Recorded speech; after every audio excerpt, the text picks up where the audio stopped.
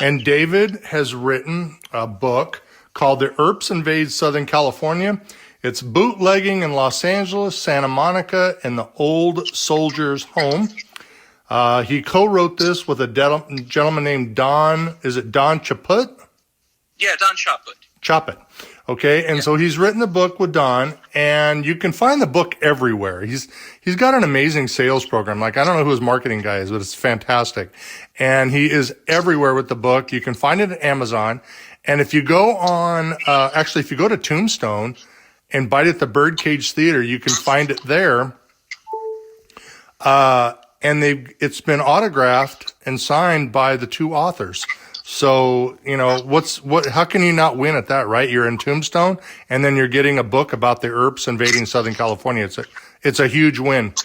Also, I apologize if there's any background feed. We just got a weird phone line, and, but it'll go away with David, and that'll cause me to talk less. I also, which is good, right? David's like, shut up. I also want to shout out Wild West History Association. You can find them at they're WWHA, and you can find them at wildwesthistory.org. If you're like me, you want history with provenance. You want researched history. You want the best in history. You don't want to go on Wikipedia. You don't want to go on Pinterest. You want to find history that's been authenticated, it's been researched, and you're going to find all of that at the Wild West History Association. That's wildwesthistory.org. Now, I joined it. I joined a 3-year deal because it actually, if you do 3 years for $175, you save $50 total instead of doing a 1-year individual membership at $75. So again, it's just a great resource. You get the Wild West Journal that is like a 1/4 inch thick of just solid research history. It's good stuff. And again, that's my friends. Are you a member, David? Oh yeah, I've been a member. I'm one of the original members from the day they formed. Yeah, I'm one of. Back with NOLA.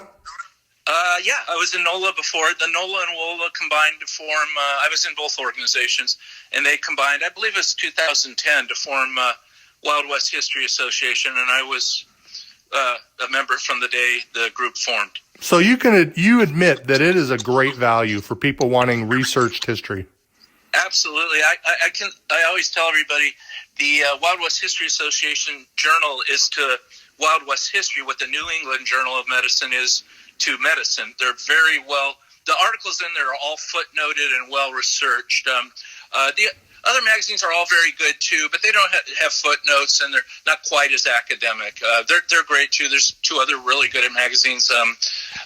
True West magazine is excellent. Of course, True West. Yeah, True West and Wild West magazine. They're great. Yeah, and I've had articles published in both those magazines. We have more articles coming up soon in those magazines. But Wild West History Association is really academic.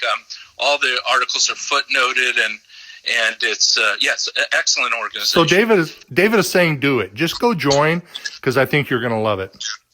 Now, David is somebody that I met by accident. We met each other, I think, in an event in Tombstone. I didn't know who David was. I think he had the book for sale. I could only buy so many books because my wife wouldn't let me buy the entire library.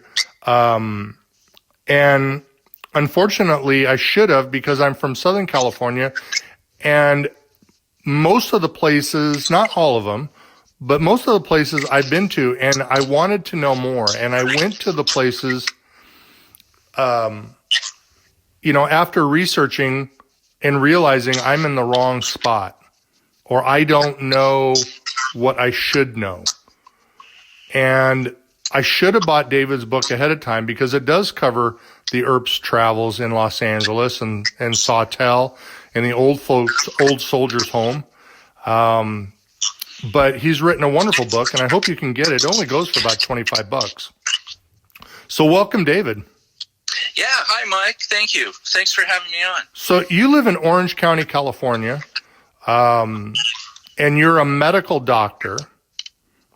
And somewhere along the line, you got involved in American Southwest history. How did that come about? Yeah. Well, I kind of started back in childhood. I heard your other great interviews with Mark Boardman and Peter. We're all friends, Peter Brand.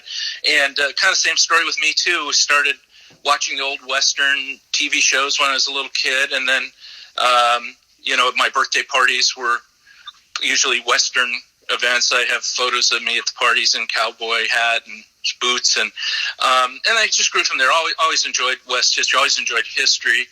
And then a few years back, after the movie Tombstone came out, I went to work one day, and one of our nurses told me we had an Earp family member in our ER here yesterday. And I kind of just didn't believe her. And it turns out this was out in San Bernardino at the time. And it turns out when I looked into it more, the Earps had very strong ties to San Bernardino. And that's partially what our book's about, too.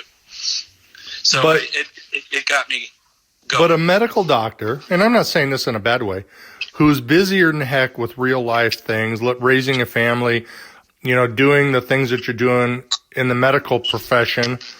And you realize, I love history so much that I'm going to explore it more. I'm going to research it more.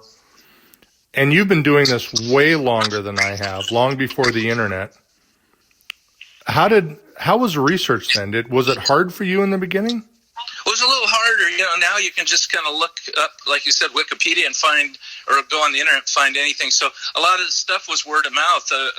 We slowly became friendly with a lot of people who had the same interests. And I mentioned them in our book. I gave them acknowledgement. And, we got to be friends, and we actually formed a group called the Earpatics. And we used to go out, and I see you've gone to a lot of great sites. We've all been to all those sites. I've pretty much been everywhere Wyatt's ever been, except for I have not been to his grave yet. But, so we all started getting grouped together, and we would do outings out to the Earp mining camp in the desert there, and his cabin, and, just pretty much I've been to Monmouth, the room he was born in, and to Pella, his childhood home in Pella, and our group all went and visited all these sites, and the old soldiers' home, too. Was out there 20 years ago with several friends, but at that time I had no idea I'd be writing a book about it once. But visited Nicholas Earp's grave and J.V. Brighton's grave there, and pretty much been to everyone's all the graves. Shefflin brothers are buried in L.A. Shefflin's younger brothers, he himself died and was initially buried in Tombstone, and then his body was moved later. But we've been to all the graves. Kosterlitsky and all the characters involved in this story. So it's been a nice adventure. So let's talk real quick then as to why the Earps are more remembered for what happened in their short time in Tombstone than they are in their travels in Southern California. Because you wrote a book, and then Garner, I'm going to butcher his last name, Garner Polinsky? Yeah, Garner. Yeah, we're good friends. Garner, he lives in San Diego. And Garner wrote a wonderful book about the Earps in San Diego County, and you covered mostly Los Angeles County. Why is it that you think the Earps aren't known for a longer historical run in Southern California, and we only focus on the 22 months or so that he was in, or they were in, Tombstone? First of all, well, some important things happened in Tombstone, so I don't want to belittle that. But they actually spend more time in California. In our book, we talk about how Southern California was really the family's home base. They never were really far from the family. And the first chapter in our book is called The Earp Band of Brothers. And this family was really a close family. And Don Shotput wrote an article, I believe it's in Wild West magazine, that came out about a year ago, about how close, kind of relating to our book, how close the Earps were, and they always stuck together, and they were never far from home. But that's what amazed Don and me. Nobody's ever covered this episode in L.A., and it was probably one of their longest episodes together. You know, they were all over the place: Pella, Iowa; Monmouth, Lamar, Missouri. Wyatt was and James were in Alaska. Virgil and Goldfield. They were all, but they always came home. They always came, and the home was San Bernardino, and the LA area. and nobody's ever covered it. I think the reason they haven't covered it mainly is because you can pick up any of the top books, pick up any book on Wyatt Earp, and you won't not find a mention of Sawtell. Occasionally you'll see one mention that Nicholas Earp died at the old soldier stone, is buried in Sawtell. And even when I visited Sawtell at the first time in the early 2000s with some Earp friends, Troy Kelly and Jim Groom, I didn't realize the extent of it. I knew the father died there, but I just thought that he was there for a year or something and died there, or a year or two. It turns out he was there for a very long. They were there for nearly 10 years in the first opening of 1900s, close to 1910, and put a lot of time in there. But it turns out, I had known that Nicholas was there, and I had known that Newton Earp, the half-brother, had been there for a while. But if you look at the timeline, they were all there together. It turns out that Virgil spent a good amount of time there, too. James was there, and Wyatt was there, too, on and off. And then Adelia Earp, the sister, she lived in San Bernardino. The Earp family all lived nearby and were in L.A. quite a bit. And the other thing in our book we talk about is that Earp, a lot of their friends from Tombstone were there too. They were still hanging out, with George Parsons and Tom Fitch, their attorney in Tombstone, was there in the area at that time, and has been in our story. And A.C. Billicky, who ran the Cosmopolitan Hotel with Gus Billicky, his father. They were in the L.A. area in the early 1900s. They had two hotels in the area, the Alexandria and the Hollenbeck. And so they're in our story, too. A lot of their friends, Dick Gerd and Chino, and a lot of their friends from Tombstone were back with them again in Los Angeles in the early 1900s. So that's what I think makes the story so interesting and great. And just so amazing that it's never been covered, not even mentioned in the standard Earp text anywhere else. So that's what. Why do you think that is, though? Because there is so much history. Like, there's more history with the Earps in Southern California and Northern California with Wyatt and them traveling and living in San Francisco than there is, than we share about Tombstone. I mean, and listen, like you said, I am not taking anything away from Tombstone. But most of their life didn't happen in Tombstone, and yet we rarely talk about it. Yes, right. I just want to say one thing. Like you said, Garnet Frensley did write an excellent book in the San Diego years. And then historian Nick Cataldo, another friend, and he's from San Bernardino too, so I knew him back in the years back when I worked in San Bernardino at that hospital I mentioned. And he's written excellent books regarding the time in San Bernardino area and whatever. But the Sawtell area is just kind of gotten missed. And I think it's just because most people just think that Nicholas Earp just happened to be there for a year or two and died there, and that's it. But it turns out, it's a little bit of a long story. I can tell you how we got to write the book, how we kind of found out there was a lot more to it than just Nick Earp dying there for a year. It turns out that at the time, Newton was there at the same time. James Earp had moved to Sawtell so that he could be near his family, and then he ran his Blind Pigs, his illicit alcohol sales from there. And like I said, it turns out the thing that really pushed us over the edge is we found out, Don Choppett is known as Virgil Earp's biographer. He wrote the book, the standard book on Virgil Earp that everybody quotes and uses whenever Earp is mentioned. And he's an amazing researcher. He's just really diligent. And so being Virgil Earp's biographer, he gets a lot of inside information from family members about Virgil. And just a person who was a token collector happened to contact Don soon after his book came out. The book came out, I believe, in 1995, Virgil Earp, Western Peace Officer. And after that, everybody who was interested in Virgil started contacting Don. That's what happens when you write a book like that. You get other people that want to learn more. And this token collector had a token in his collection which he felt was very, very valuable.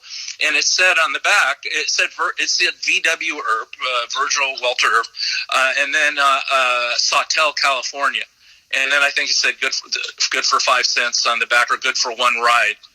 And so that he wrote to Don. He said, "Do you know anything about this?" And Don wrote back and said, "Look, I know all about the Sawtell thing, and I know, but I never knew that Virgil, even me as his biographer, spent a lot of time there." And then so he asked me about it, I looked into it some more and found some more information on the internet and all. And then we found another token, a totally different token saying VW Earp. One says good for one ride, I think, on the back, and the other one says, they both say VW Earps Hotel, California. And on the other side, the other one says good for 5 cents or something. And all of a sudden we said, hey, Virgil Earp actually did spend a fair amount of time in Sawtell with his brothers. And then we started finding more and more information and enough to write the book. So it's just, I think most people just know, they just don't realize that the Earps were essentially there for nearly 10 years in, the first 10 years of the 20th century there. And there, how much information, and then we started finding all kinds of information, all their friends that were there. Like I said, Parsons and, all the other affiliated friends that I mentioned before were there. So there was really enough for a book there, a story. Well, let's talk real quick for people who don't know, and they're hearing Sawtell. And even like myself, who's born and raised in Southern California, Sawtell is by Santa Monica at the end of the Interstate 10 freeway, correct? Yeah, it's about 4 miles. Wilshire Boulevard is a good landmark. It's about 4 miles east of Santa Monica, and that's part of our story, how Santa Monica was formed in 1875. And you know who the speaker was at the event, the launching event? Mm-hmm. It was Thomas Fitch. This is 1875, 6 years before the OK Corral, and Thomas Fitch is the featured speaker at the celebration launching Santa Monica. And so Santa Monica. Who is he in Tombstone? He was the Earps attorney at the. He's the one that got them exonerated, got them off from it. He was called the Silver-Tongued Orator. He's supposed to be the best attorney around. He's a really big name in and of himself. He was a good friend of Leland Stanford's, and we talk about all this in the book. He was the attorney for Brigham Young in several events. He knew Wells Spicer. He was just a huge guy in the field. He did so many amazing things, and he needs a real good book written about him. Well, get on it. But he was, yeah. He was known as the Silver-Tongued Orator. He's the one that put it on the defense for the Earps after the gunfight, and everyone said it was a brilliant defense. He's the one that got them off, and so he was in Santa Monica in that area for the christening in 1875, and then in 1888 the Soldiers' Home started to form, and then Los Angeles. So we're the two big cities, Santa Monica now and Los Angeles, and pretty much nothing in between. Wilshire Boulevard didn't go all the way through to the ocean at the time. It went to from Los Angeles to about Sawtell, and then they combined two streets. I believe it was Nevada Avenue and Wilshire to make one big road to the ocean all the way. And then there were electric cars that formed and trains to transport people. But that initially, those were just barley fields there between Los Angeles and fruit fields and Santa Monica. And then the Soldiers' Home formed, and everything changed. So as the Soldiers' Home was formed, things were changing. Alcohol, I believe Prohibition was in that process, correct? Yeah, not only Prohibition, but they a specific law, I believe it was 1895, was put in the books from a Senator Bulla, Robert Bulla, he's mentioned in our book, that you could not sell alcohol within a mile and a half of a soldier's home, because they knew what was going to happen. Way before Prohibition.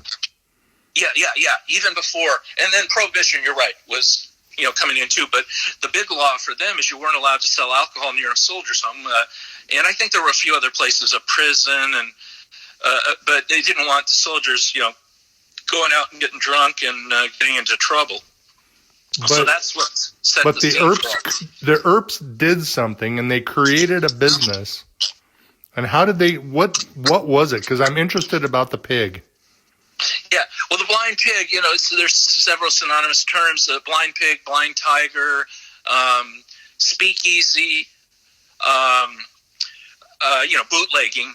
Were all kind of similar terms for illicit alcohol sales. So we talk about it in the book. I don't know if you ever saw the movie Guys and Dolls. It was one of my kind of favorite as a young kid. It was an award-winning Broadway play, and it became a movie starring Marlon Brando and Frank Sinatra.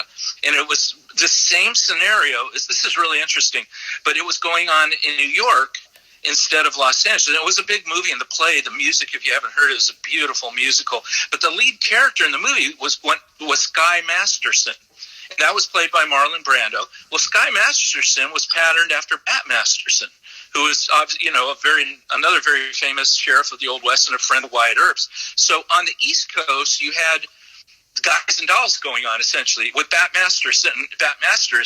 On the West Coast, you have the same thing going on, and that's what our book's about, but with Wyatt Earp and his brothers. So it was kind of the same scenario was going on across the country, not only those areas, but we call our book a Guys and Dolls West Coast style, because it's kind of the movie Guys and Dolls, which was about illicit alcohol sales and gambling in the New York area in the early 1900s, but with Bat Masterson. So as we're talking, just so you know, we are talking about a book.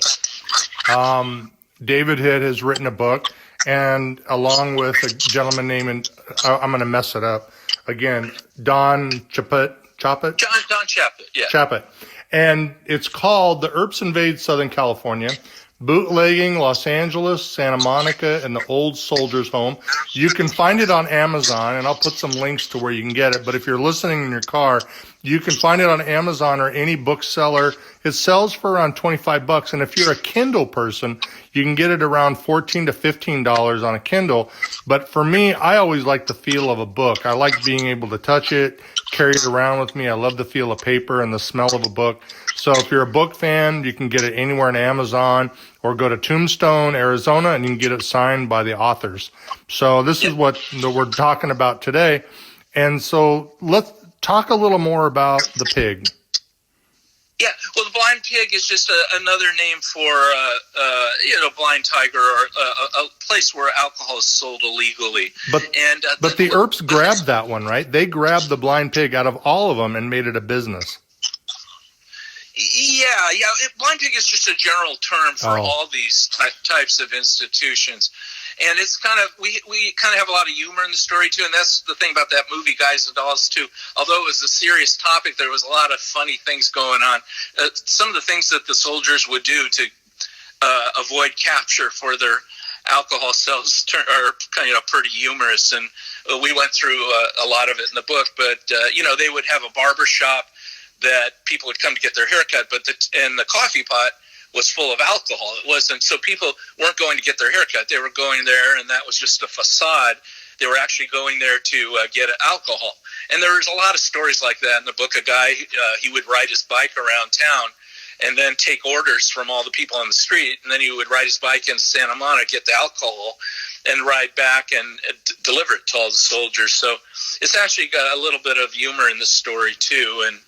And that movie, Guys and Dolls, too, when you see, even though it's a serious topic, it's gangsters and it's illegal goings-on in New York, there were all kinds of funny things going on in the background, to things that these guys would do to gamble there and to get alcohol. And were they in business, the Earps, as brothers? Because you mentioned it about how close they are. And the movie does portray, and if you watch, the movie Wyatt Earp, they really talk about the closeness of the Earps. Was the father the spearhead of the group, or who was the spearhead of the alcohol? Yeah, it was James Earp who was the spearhead, and it's very well documented that he, was arrested several times. These guys, they got arrested, they got fined, and to them the fine was just a cost of doing business. They pay the fine, they'd be right back in business again. So it was mainly James Earp that was doing this, and then it appears that it looks like. Virgil came into town too, and he was checking it out to see. And it appears that he may have been driving a trolley for a bit, making money doing that. A lot of they had trolleys to the ocean from the soldiers' home. And I don't know if you saw pictures of the soldiers' home or our book Dust Jacket. I just want to mention the book Dust Jacket. You talked about holding a book and feeling it, and this one especially. If you like, I'm that way too. I can't read Kindle, and our book is especially just a beautiful book. The artwork was commissioned by Gary Zaboli. I don't know if you've heard of him or not, but very well known Western painter. He's my favorite Western artist. And if you look, there's a lot of meaning to the dust jacket. Everything going on in that dust jacket, there's a meaning to. You see the blind pig on the dust jacket. In the background is the Santa Monica Bay and the ocean and the Arcadia Hotel. And everything on that dust jacket, there's a reason for it. And, it was a beautiful area. And it's mainly James running this thing. But a lot of tourists were coming to town to see the old soldiers' home. It became a tourist destination. And it looks like Virgil probably was driving a bus around or a cart to bring tourists in and out of the area. Was his main function there. That is crazy, because I am looking at the jacket, and the 4 Earps are across the front, correct? Yes. So you see going across the front, Wyatt, Virgil, as they probably would have looked at that age, James and Newton. And they're wearing their OK Corral outfits, but instead of carrying guns, if you look carefully, they're carrying beer bottles and bottles. And on the top of the hill, up at the soldiers' home, that's Newton Earp with his friends cheering them on, and he's got a bottle in his stand of whiskey. And that's the old soldiers' home residence, one of the residents on campus. And the other thing you may be interested in, because I know you tour a lot of these sites, if you turn, I don't think you can probably see the back of the book where you are. On the back of the book is the chapel. And the chapel is one of the few buildings that's still there today. A lot of it has been razed, been cut down, so sadly. But the chapel is still there. It's pretty dilapidated now. And we talk about it in the book, and I have photos of what it looked like then and today. But that's where all the soldiers had their ceremonies after they died. And Nicholas Earp, after he died, had his ceremony in this same building that's there right now to this day. And then he's buried in the cemetery next to the old soldiers' home. It's currently called the Los Angeles National Cemetery. And there's a lot of famous Old West characters buried there, and we talk about that. Jeremiah Johnson was buried there, and J.V. Brighton, who killed Ike Clanton, a lot of well-known Civil War personalities. And then on the back of the jacket, again, you're not looking, you're probably just seeing the front, is the Santa Monica Bay, the Arcadia Hotel. Arcadia DeBay Bandini was a Californio, and she's a very famous, personality in Southern California. She essentially, and her family, donated the land that the soldiers' home is on, and she's known as the godmother of Santa Monica. She donated a lot of land that Santa Monica currently resides on, and there's a statue of her up at the Palisades Park above, and we talk about this in the book, above the Pacific Ocean. My wife and I were out there visiting once again a few weeks ago, and we went by the statue again, and then there's the pier in the background that again you probably can't see, and there was a roller coaster. This dust jacket is all historically correct and done by an amazing author, Gary Zaboli. I just love his work. If you get a chance, you might want to check it out later. But he just does amazing work. So as the Earps are doing the bit, and I do, I'm looking at the jacket, I'm looking at the front, and I'll look at the back. And I've seen some of the back, and you talked about Sawtell and the soldiers' home. Is there anything that was left out of the book that maybe was like, we shouldn't include that? Or was everything researched, like, word for word, like this, it all needs to be there? Yeah. I think it's pretty much it. We had a great publisher. You said the book's all over for some reason. The reason it's all over, it's a university press, and we have a publisher. And so they've put it out all over, like I said, not only on Amazon, Barnes & Noble, Target, Walmart, indie books. You can find it at a local book dealer. It's everywhere for that reason. And our publishers were great. They really were supportive. And Ron Chrisman, especially at the University of North Texas, and the other great people that work there. And they didn't really tie our hands too much. There were a few issues we had to work out about title of the book and stuff like that. But pretty much everything is in there. The thing is, even after the book came out, we started finding more and more great information. And in fact, another thing that's in the book that we discovered it was literally the day I sent the final manuscript to our publisher. This was supposed to be the final. And then all of a sudden we found that Wyatt Earp was in a small town outside of San Diego called Dulzura. And we found, I've never seen anywhere where it's published that Wyatt Earp was in this little town, and they have him interviewed in several newspapers.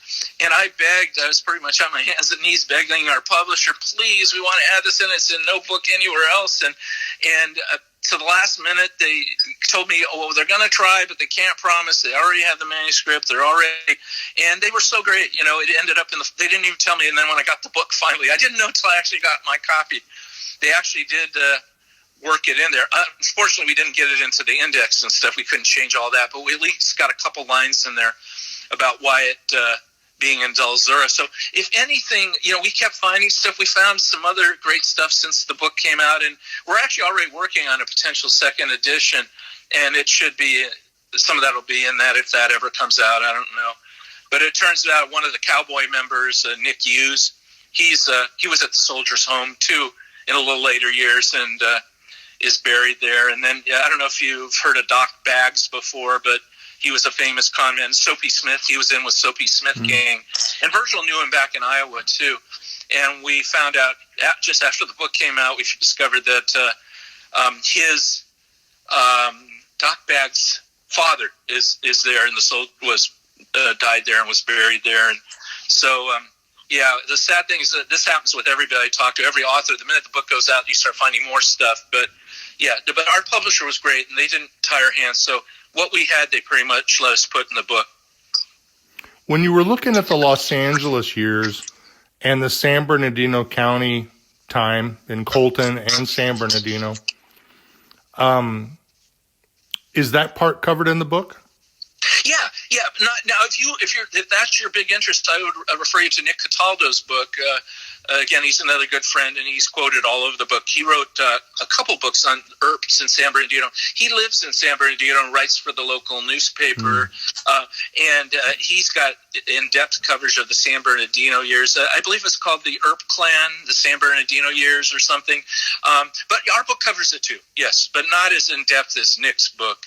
But because they were in Colton, and Morgan Earp's buried in Colton, and James Earp and Adelia Earp, Allie Earp are all buried in San Bernardino, and then Wyatt Earp's mother's buried in the Pioneer Cemetery just south of where James and Adelia are buried.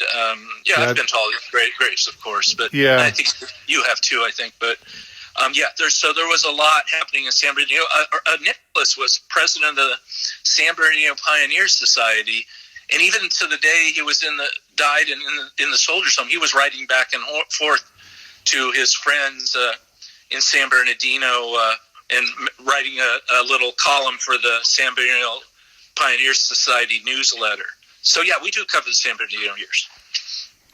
Was there something though, because Wyatt moved around a lot in Los Angeles. He was in Pasadena, I believe.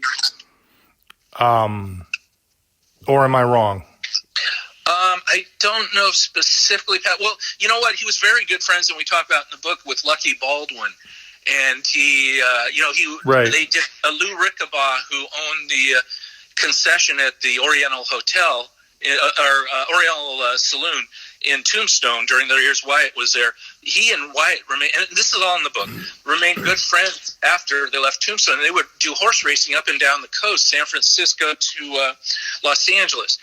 And they had contacts with Lucky Baldwin, and I believe Baldwin did have a home in that area, San Bernardino. We have this actually didn't make the book because of stuff afterwards, but they were there training horses, Rickabaugh and Earp, for Baldwin, Lucky Baldwin, and Santa Anita, the raceway, there are ties there to Baldwin and the Earps, and so I don't know specifically Pasadena. I will say this: Pasadena is mentioned multiple times in the book because there was a relationship between Pasadena and the home. Pasadena was another tourist stop at the time, and I don't know if we talk a whole lot about time in Pasadena for Wyatt.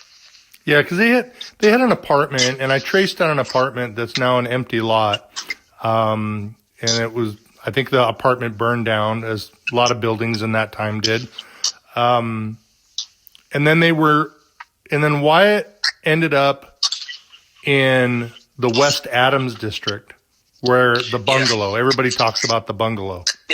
Yeah, I've been there. Yes. And somehow Virgil ends up not staying in LA and goes to Goldfield. Yes. And the Earps split apart, but Nicholas stays. What did Nicholas do, or was he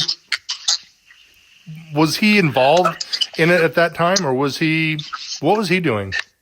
Well, Nicholas was getting pretty old at that time. He was in the soldiers' home. He was a patient there. He was pretty sickly, so he was in his final years. So he wasn't doing much traveling. Now, we do talk about an episode in the book I thought was pretty cool, is that I told you about A.C. Billicky and Gus Billicky, who owned the Cosmopolitan, where all the Earp faction after the gunfight, that's where they were all hanging out for their safety. And then Billicky's, they were hoteliers, and they opened hotels all around, but mainly in Los Angeles. And there's an episode there's described in the book where Billicky went to the soldiers' home and picked up Nicholas Earp from the soldiers' home, and the whole family brought him back to the Hollenbeck Hotel, and they all gathered for a real nice afternoon together, where Virgil was there, Adelia Earp was there, Wyatt and Josie, and so they all did get together. But Nicholas was kind of in his final years there, and he, as far as I know, he never went out to Goldfield. Well, now Wyatt was out there, but Wyatt was out there in Tonopah, and I don't think Nicholas was involved in anything like that. He stuck close to home. He lived with Adelia for a period, and then he lived in the soldiers' home until he died, and he died there. And we have a picture of the hospital that he died in too. The hospital, soldiers' home hospital that he died in, and then the chapel where he had his ceremonies, memorial before his burial, and then his grave. Photos of his grave are all in the book. Was there something, I know that we talked about the research part, and I'm going to go back to that. The research part in the book, just about everything made it into the book. Like you said, at the very end, you begged and pleaded, and there it was. Yeah. Was there anything that didn't make it into the book that was like, we can't tell this story? Like this doesn't make it. It's too dark, or it's too not historically enough accurate to be able to put in. Was there anything left out? No, I don't think so. It's kind of a little bit of a dark story in a way, because it's involving, we talk about the illegal alcohol and gambling, and there was some sad things that happened. These soldiers did go out, and some of them lost all their money to these guys who were selling alcohol. And there's a story about a guy who got himself so drunk, and then he passed out on the train track, and the train came by and amputated his arm, and he ended up dying. But there's a lot of sad stories, suicides and overdoses. So there are some dark stories in there, but we didn't hold back on anything. Like I said, our publisher couldn't have been more supportive with us. They didn't really push back on anything that we had in the book. Like I said, there were some debates about the title. The title of the book changed a few times, and things like that. So we had some active debates and back and forth, and no, there's nothing really that we held back, other than the fact that we found quite a bit more since the book came out. Like and what? I have it all recorded, and if there's a second edition, it'll be in the second edition. But I don't know if that'll ever happen or not. It sounds like it will, but is there something you can share from that? Yeah, I can share some of it. I've been giving some of the people that bought. I'm trying to sell books myself because it's available pretty much everywhere, and I'm so busy with work, I don't have time to be doing mailings. So I'm not doing mailings of books, but we have a limited edition of the book. There's a numbered edition coming out. It'll be 1 through 250, and it'll be at a bit more expense. That'll probably be later next year sometime. And in that, we've put several supplements. We have a new updated. There's Appendix 1 and 2 in the book, but now we have an Appendix 3 and 4, and we've added a few things. So anyone who buys one of those limited edition books will get all that probably. But like I said, that won't be available until probably next year sometime. Is there something you can share that you found extra that would be a great little story to tell us on this podcast? Because now that you've wet my whistle to an extended version, I want more. I'm stingy. Is there something you can share? Well, like I said, the couple things I did mention to you, that one of the Cowboys was in there around the time the Earps were in there, which is kind of interesting. And then Nick Hughes, and then Doc Bagg, and those were the two big things. We did get the Del Zura thing in there. There's a appendix, like Appendix 3, that has a timeline in it that's pretty cool. I can send that to you after if you're interested, a photo of it. Sure. And as far as earth-shaking stuff off the top of my head, I can't think of anything, but there were a lot of little, there's a lot of things that when you're writing a book, you kind of debate whether it should go in or not. And then afterwards, once it comes out in print, you say, oh, well, maybe we shouldn't have put that in. Or one of the things is a question, there's always a question about Death Valley Scotty, whether he was with Wyatt Earp during that bunco incident in the early 1900s. And, some people say that it was Walter Scott who was there. Some people say it wasn't him. Other people say it was. We did put it in as being him. His own biographer put it in as being him. But second thought, we thought maybe we shouldn't have been so strong on that because it's still a questionable thing. There's other authors that say he wasn't, and they supply evidence. But if you look at their evidence, it doesn't say support that he wasn't. It wasn't Death Valley Scotty there. It says he wasn't at an event he was supposed to be, but that to me makes it more likely that he was at this place getting arrested. But anyway, there's always some things like that I think somewhere in the book we said something about Dick Gerd, that he didn't have a lot of contact with Wyatt afterwards, and then as soon as the book came out, we found all these things where he did have more contact. So there's always little things that get in there that you have regrets about. Pretty the minute you hit the button and send the book out. Let me tell you one more thing. This relates to Mark Boardman, who you interviewed. He's right. Editor of the Epitaph in Tombstone. And pretty much the day, this was a little earlier, maybe a week before we were putting the book out, but Don and I were putting the finishing touches, and I was ready to send it to the publisher. And then Roy Young, I'm sure you know Roy too, he's very active in the Wild West History Association. He's the editor of their journal, and he's a great friend. And then he came out with a really great article on the Billicky family.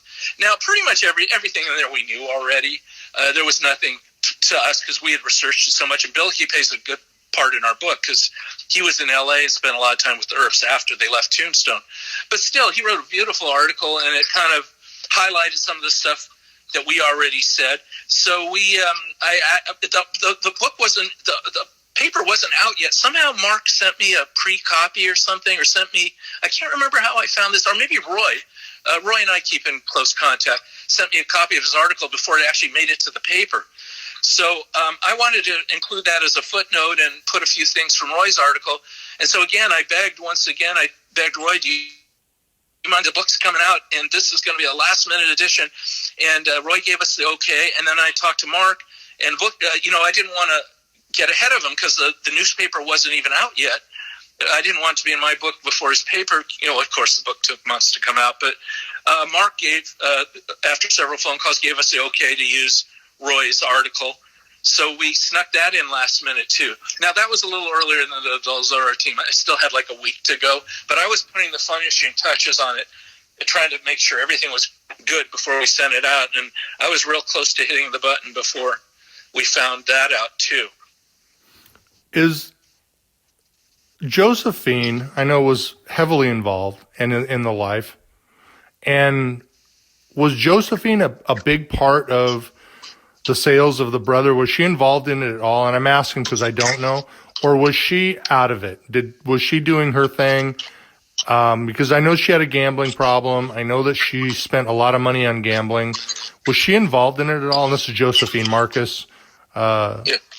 Were the wives involved, or did the wives basically say, "You need to stay out. This is our business"? Yeah, no, I think it was like it was before. The brothers kind of did what they did, and the wives. I don't see any evidence that Josie was involved in this illicit alcohol sales. But I do know Wyatt was in Tonopah quite a bit at this time, when about the time Virgil was in Goldfield. And there is some documentation that Josie seemed to be kind of bored there, and she went back home to San Francisco or to be with her parents, San Francisco, Oakland. So I don't think she was there the whole time with Wyatt and Tona Paul. But I don't see any evidence the wives were closely involved. Now, Adelia, the sister, she kept in touch with the with her brothers. And one of the other things about our book, I don't know if you know or not, but I'm a collector of the Old West. So I have a lot of really cool stuff in my collection. I have stuff that belonged to Doc Holliday, and he had at the time of his death. And just to put a little plug in real quick, I run a site on Facebook. It's called Wild West Collectors, and that's where a lot of collectors like me share their collection, stuff that people would never ever see there. And I've shared a couple of my Doc Holliday items there.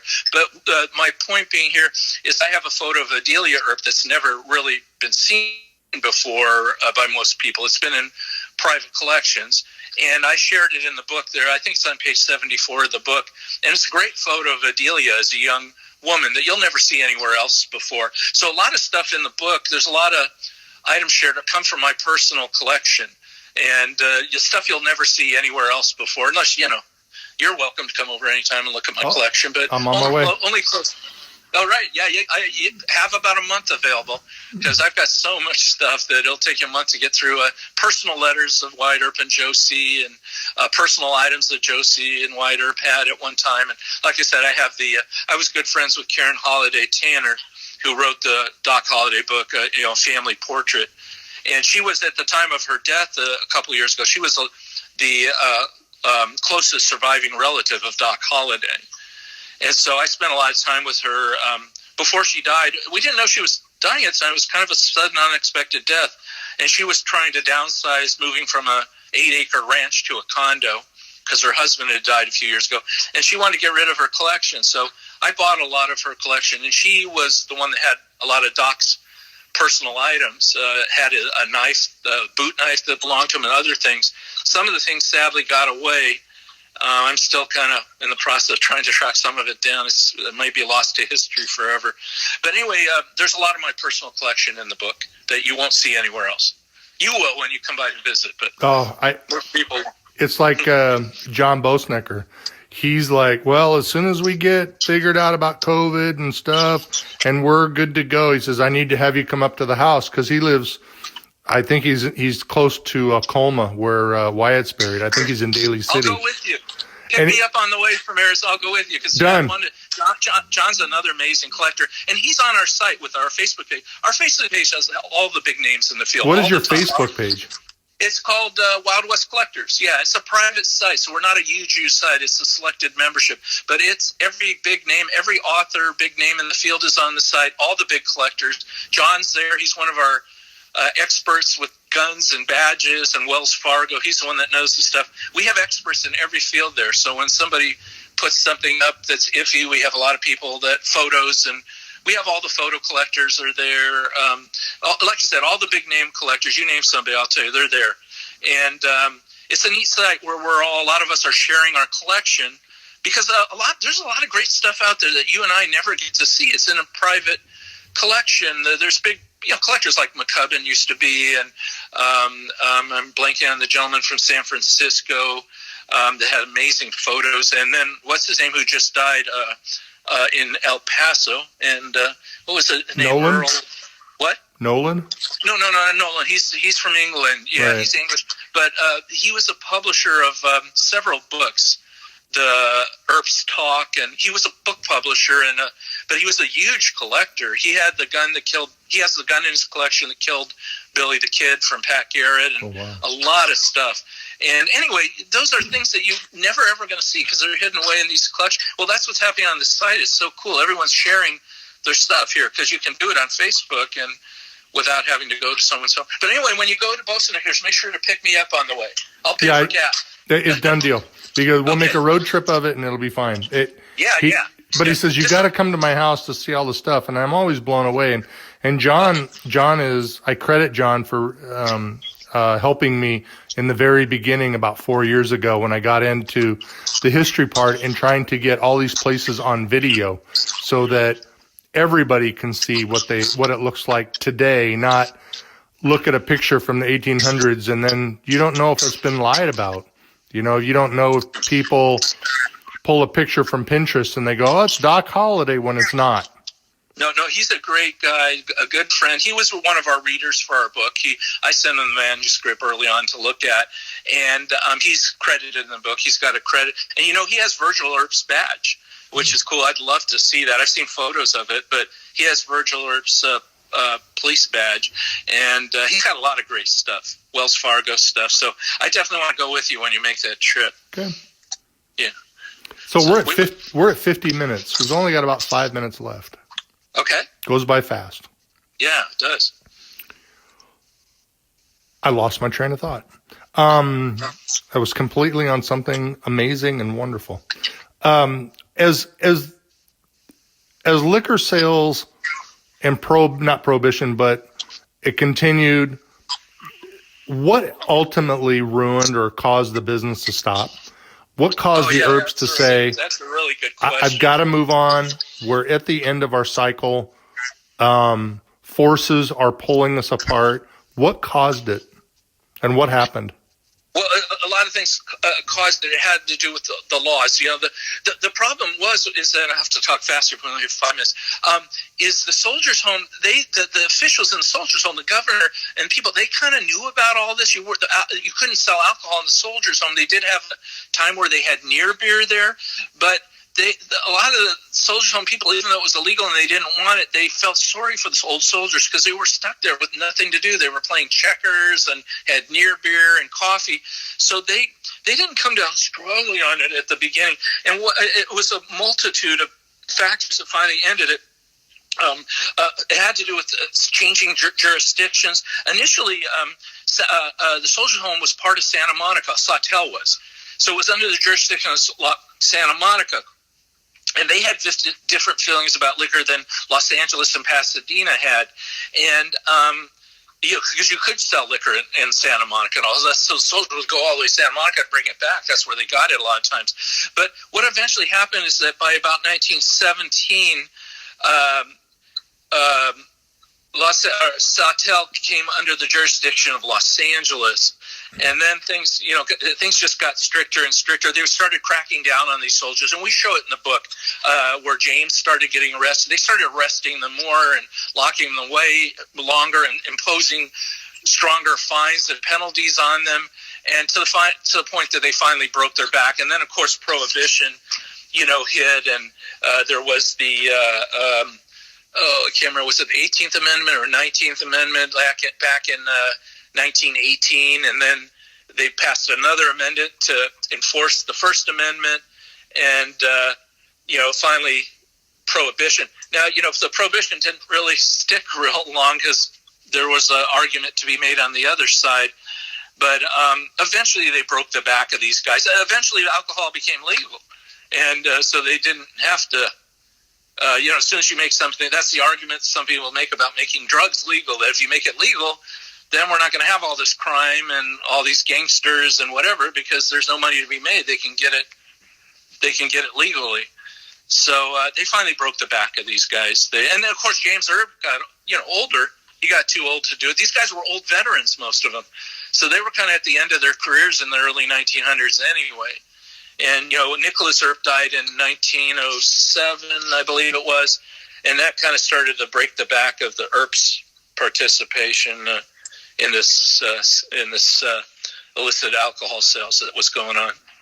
Crazy stuff. So I'm going to let you know we're almost at 54 minutes, and that's going to give us enough time to do some plug-ins. So again, I want to thank David D. Haas, and he has written a book called The Earps Invades Southern California.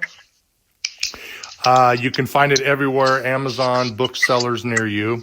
Again, $25, around $25, great value. You can also find it in Tombstone at the Birdcage, and that you'll get a autograph copy, which is fantastic. And that's, again, the Tombstone Birdcage.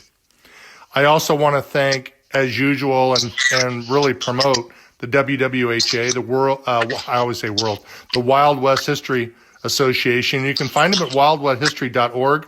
$75 a year for an individual membership, or $175 for a 3-year membership, which is what I have. And you save $50, but you get the You get the journal, and the journal is insane. Like, it's just, when I tell you guys it's crazy great, because it is solid, researched history, no BS, no hands in it that can change and rewrite it multiple times however they want. It is solid research history, and that's something I look for, because I do a lot of posting about places, and I need it to be truthful. And I think that's important to anybody who wants to learn about the American Wild West and the Southwest history, is they want it to be truthful, and they want it to be correct, and they want it to have provenance. And you can find all of that in the journal, and by joining the Wild West History Association. Anything that you want to add at the end? Like, is there something that you live by? Like, for me, I tell people it's do the right thing and risk the consequences. Is there something that you live by? That's a good one, and just be honest. And just my last words that get the book. There's some great stuff if you're into trivia. We even have the Beach Boys in the book. There's a tie-in between the Earps and the Beach Boys, and Dana Point, kind of where I live, and Jackie Robinson's even in the book, believe it or not. So there's a lot of great trivia, as I mentioned, the tie-ins to Pat Masterson and the Guys and Dolls. And then if you're interested, join our Wild West Collectors site on Facebook. Love to have you there. I'll be there. And, okay, yeah, great to see you. Yeah, you're one of the few we don't have. We're going to have to beg you if you don't join soon, Mike. Yeah, we'll get there. So I appreciate it a bunch. And we'll have more on the history series. We have another writer that's coming up. We're going to have another podcast with Peter Brand. Mark Boardman has agreed to a part 2, and we'll have Mark Boardman back. If you didn't hear them, you can find them all on my Blue Collar Network, HVAC Reefer Guy. And if you need to get a hold of me for any reason, you have any questions about the podcast, you can get a hold of me on my email, which is HVAC Reefer, REFER, HVAC Reefer Guy